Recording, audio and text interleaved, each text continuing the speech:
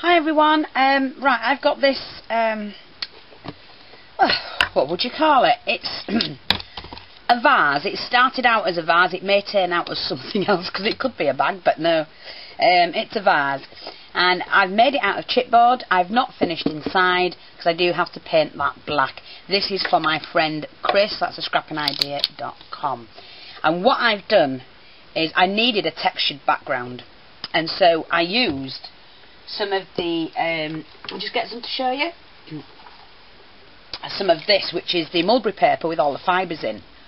If there were any really chunky fibre, I just chopped that, because you have to obviously, you know, glue it down. But I have left all the fibres, well, not visible. They are visible when it's painted.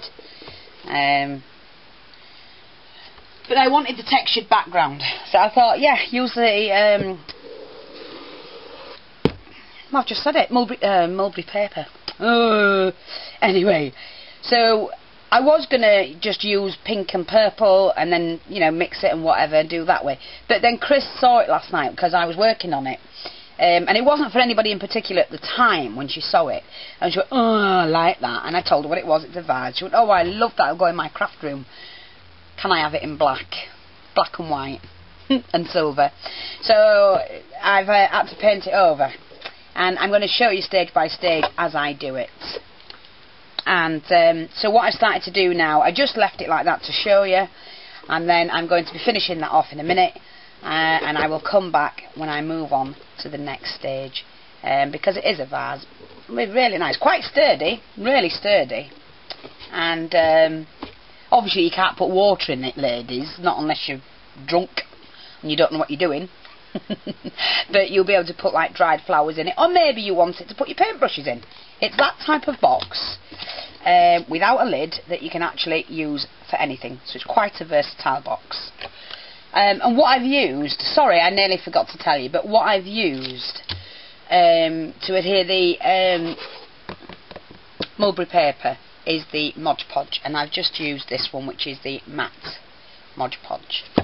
Put a coat of that on first. Well, I did it in sections, to be honest. So I got a nice thick layer of the Mod Podge, put the paper on, and then Mod Podged over that. And it's set quite hard. Sorry, another little project I was working on last night was this little book. And all it is a fold-out book. So I'll just slip this off. And I'm not going to undo the ribbon. I don't want to do that because I'll slip it back on. And it's just a fold-out book, basically. Put a little charm on here, a little butterfly. But this button is actually pulled through the cover, and the way I've done that is I've taken a piece of chipboard. If you can see, I've covered it. It's two pieces of chipboard here. The first piece, what I've done is I've used you know, rubber matting that you put under your plates to stop them slipping. So I just cut a square of that out. I cut two out actually of this for this particular one, and I glued onto one piece of chipboard, and it's a 2x2 chipboard. Glued one sheet on first, then glued the next one on top of that, and then put more glue over it, and then added the material, which is this wine coloured satin. Did the corners like I've shown you how to do the corners many times. I also did another piece of chipboard and then glued that onto that, making sure that it was nice and neat around the edges. And then what I did the back cover with one piece of the chipboard on, and that is actually the glue that's come through, because I used this bookbinding glue, the pin flare one. But I'm not bothered about that, because I do actually like the way it's made the colour darken in areas. And then all I've done is I've cut two strips of card, concertinaed it and glued it to the front and the back cover.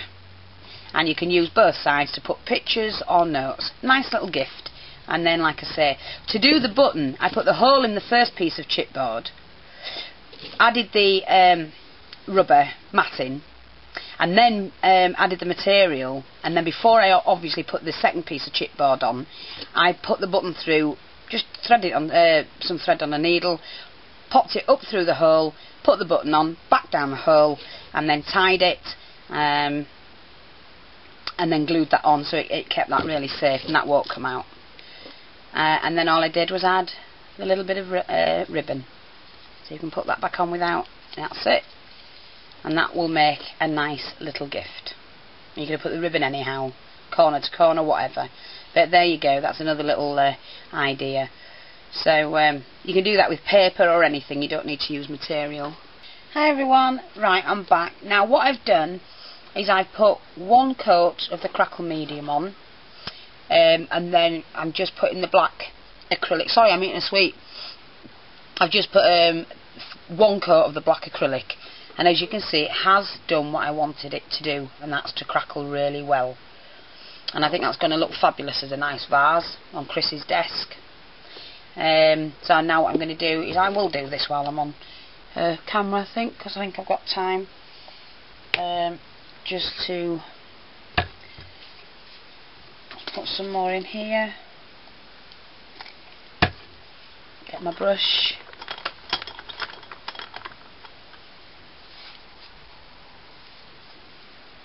If it runs out the film, I'll be back in a minute with the next bit. Like I say, I'm just adding the crackle medium. It doesn't matter about getting into the nooks and crannies on this, because of the texture and being a crackle, you're going to see the white underneath anyway. You do need a fair amount.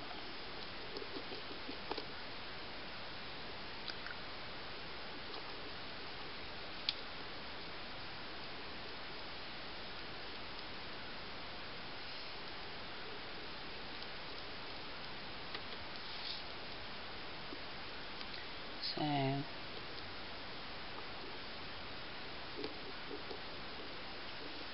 make sure I've got enough on. What's that? And then I'm going to dry that off. Now, like I say, the film may go off while I'm doing this, but at least you'll get to see what and how I do it. And I'm just putting a fair amount of black acrylic paint on my brush, and just, you know, try not to go back and forth too much. Keep it, you know, whichever direction you go in. I mean, I just do a quick flick back and forth, really, to be honest. You can see it's already starting to crackle.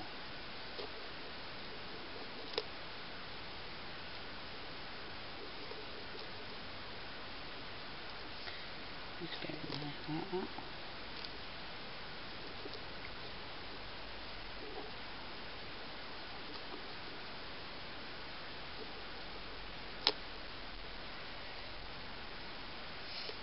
Like that.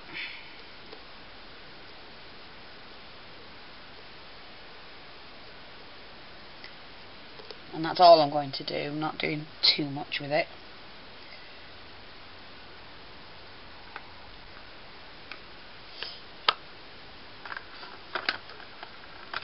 You see it happening now.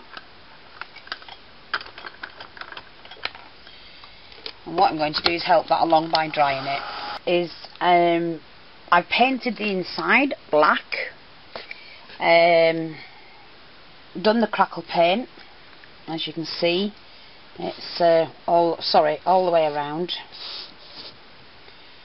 Oops, bit of paint on me. I'm going to check that. And it's come out quite nice, actually. And all I've got to do now is just to decorate it. So I'm just swinging it round again, like that. And then that's finished, and I'll give you the measurements on that. Let me just see how big this is, because I can't remember. I just cut some chipboard. Right, is actually at the highest point it is,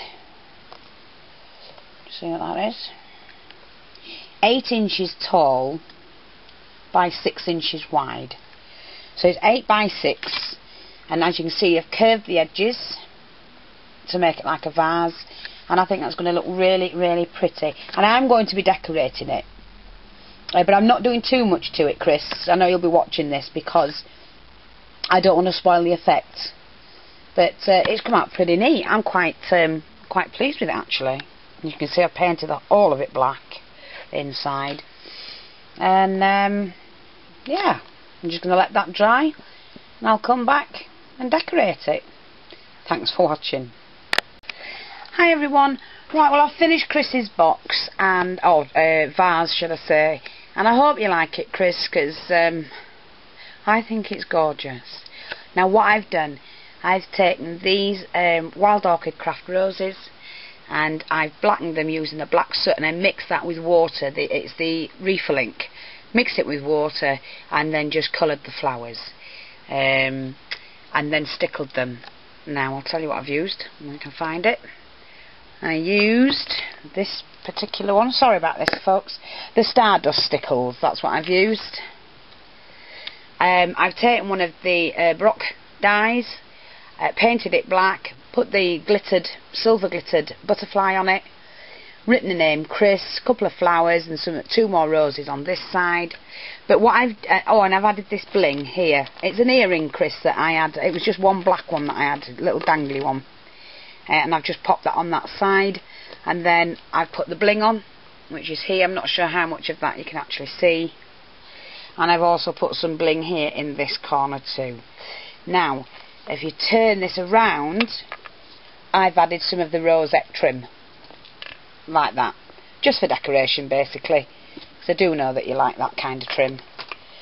So there you go. And that's my project finished for Kris. I hope you like it, sweetheart. I really enjoyed doing it. Excuse me.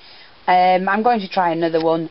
But you did ask for those colours, black, white and silver. And the only bit of silver that's on it is the butterfly that I've embossed on it. So, enjoy. And I'll speak to you soon. Try it. If anybody wants a tutorial on how to make the box, or the vase or vase, however you say it, just let me know. And like I said,